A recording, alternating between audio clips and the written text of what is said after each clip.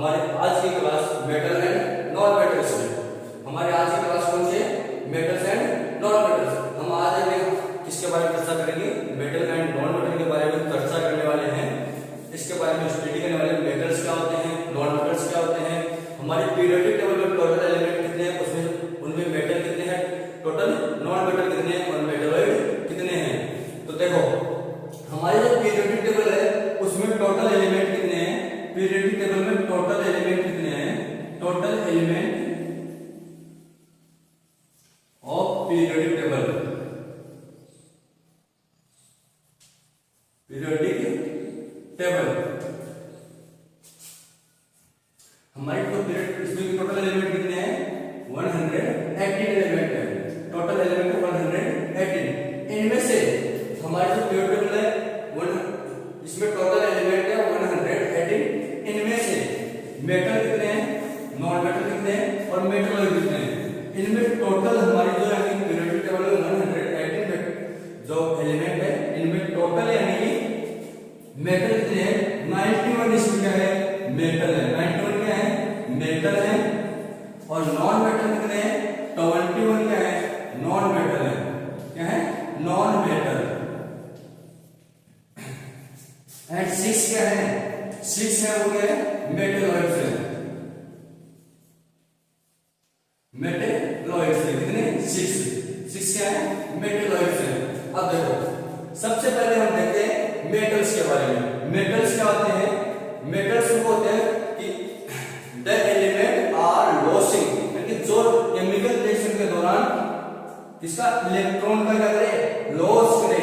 Electron loss करे यानी कि इलेक्ट्रॉन बाहर निकाले किसके दौरान? केमिकल रिएक्शन के दौरान, ड्यूरिंग केमिकल रिएक्शन। तो मेटल्स के बारे में देखेंगे। The element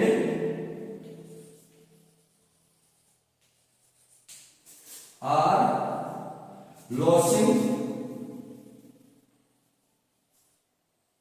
electron during chemical reaction.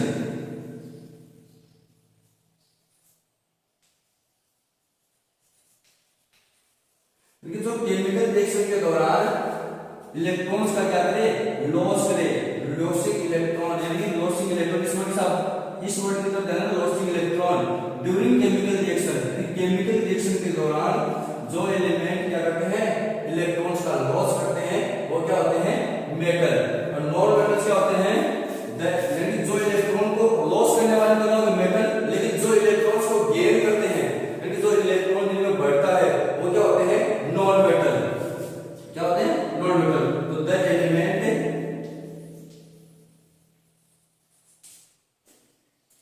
Are gaining electron during chemical reaction.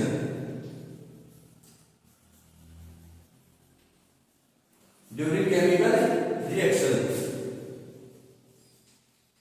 जो यानी कि केमिकल रिएक्शन के दौरान यानी कि क्या करते हैं? इलेक्ट्रॉन्स गेन करते हैं। इलेक्ट्रॉन्स जो बढ़ते हैं वो क्या होते हैं? Non metal. मेटल्स क्या होते हैं? जो यानी मेटल एंड नॉन मेटल की प्रॉपर्टी रखते हैं, दोनों की प्रॉपर्टी रखते हैं, दोनों के बीच की प्रॉपर्टी रखते हैं। मतलब मेटल्स को बोल सकते हैं कि मेटल्स रखते हैं मतलब इंटरमीडिएट प्रॉपर्टी। क्या बोल सकते हैं?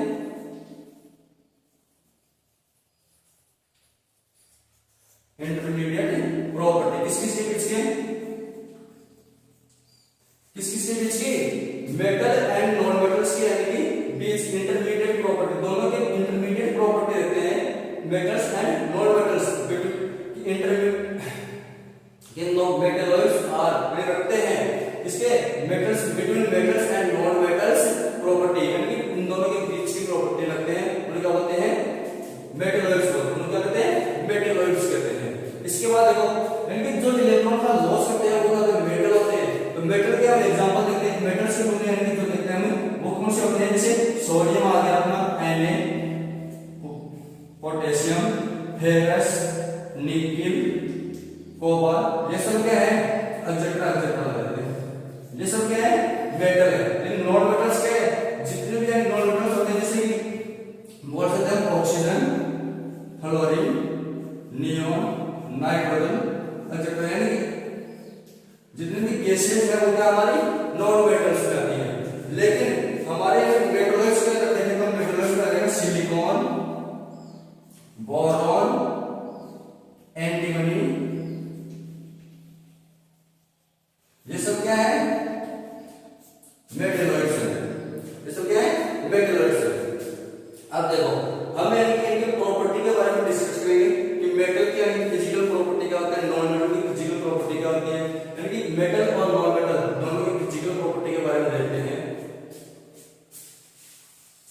मेटल और नॉन मेटल है, दोनों की फिजिकल प्रॉपर्टी के बारे में देखेंगे हम।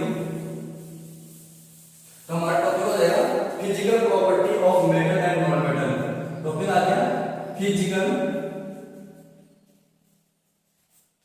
Property of metal and non metal.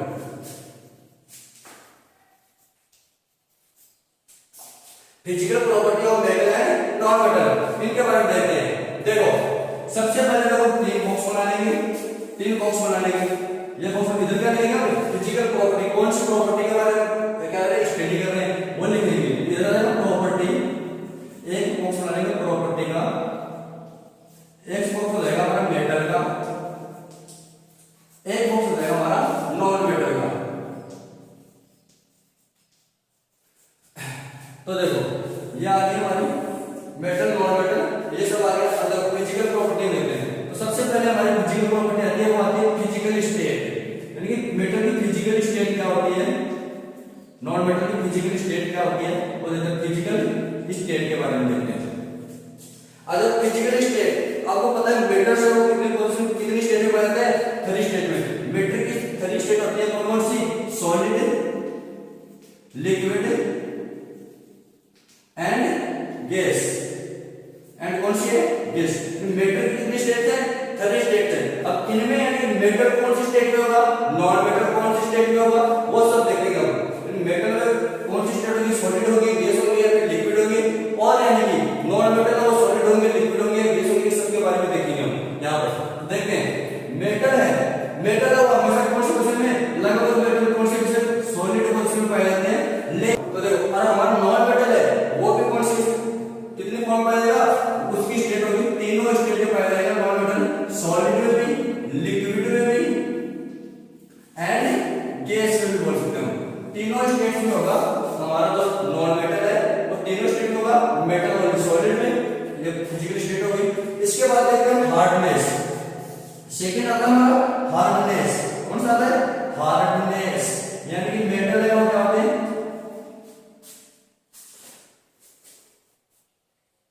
Metal है वो क्या होते हैं, जनरली हार्ड होते हैं। मेटल जनरली क्या होते हैं, हार्ड होते हैं। लेकिन आप बता दिया इसमें यानी से कर सकते हैं, आसानी से कट कर सकते हैं। ये क्या है, अक्षर हो गया हार्डनेस का। और ये क्या होते हैं, हार्ड बट ब्रिटल, यानी कि हार्ड होते हैं लेकिन क्या होते हैं, भंगुर प्रकृति के होते हैं।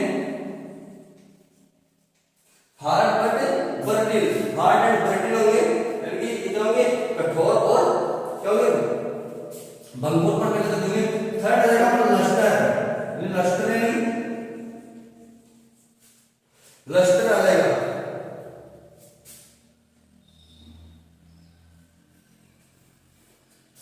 लस्टर में आएगा, देखो लस्टर प्रॉपर्टी देखते हैं, प्रॉपर्टी है लस्टर। लस्टर प्रॉपर्टी देते हैं, मेटल होते हैं, लस्टर्स होते हैं, लस्टर्स। और ये नॉन मेटल होते हैं, नॉन लस्टर्स। क्या होते हैं, नॉन लस्टर्स। लेकिन यहां पर भी एक एक्सेप्ट है, कौन सा है, यहां पर एक्सेप्ट के रूप में लिखते हैं graphite and iodine. Graphite and non metal है और आयोडीन का नॉन मेटल है, लेकिन नॉन मेटल होते हुए भी क्या होते हैं, लस्टर होते हैं। इसलिए यानी कि एक्सेप्ट के रूप में हम लिख सकते हैं,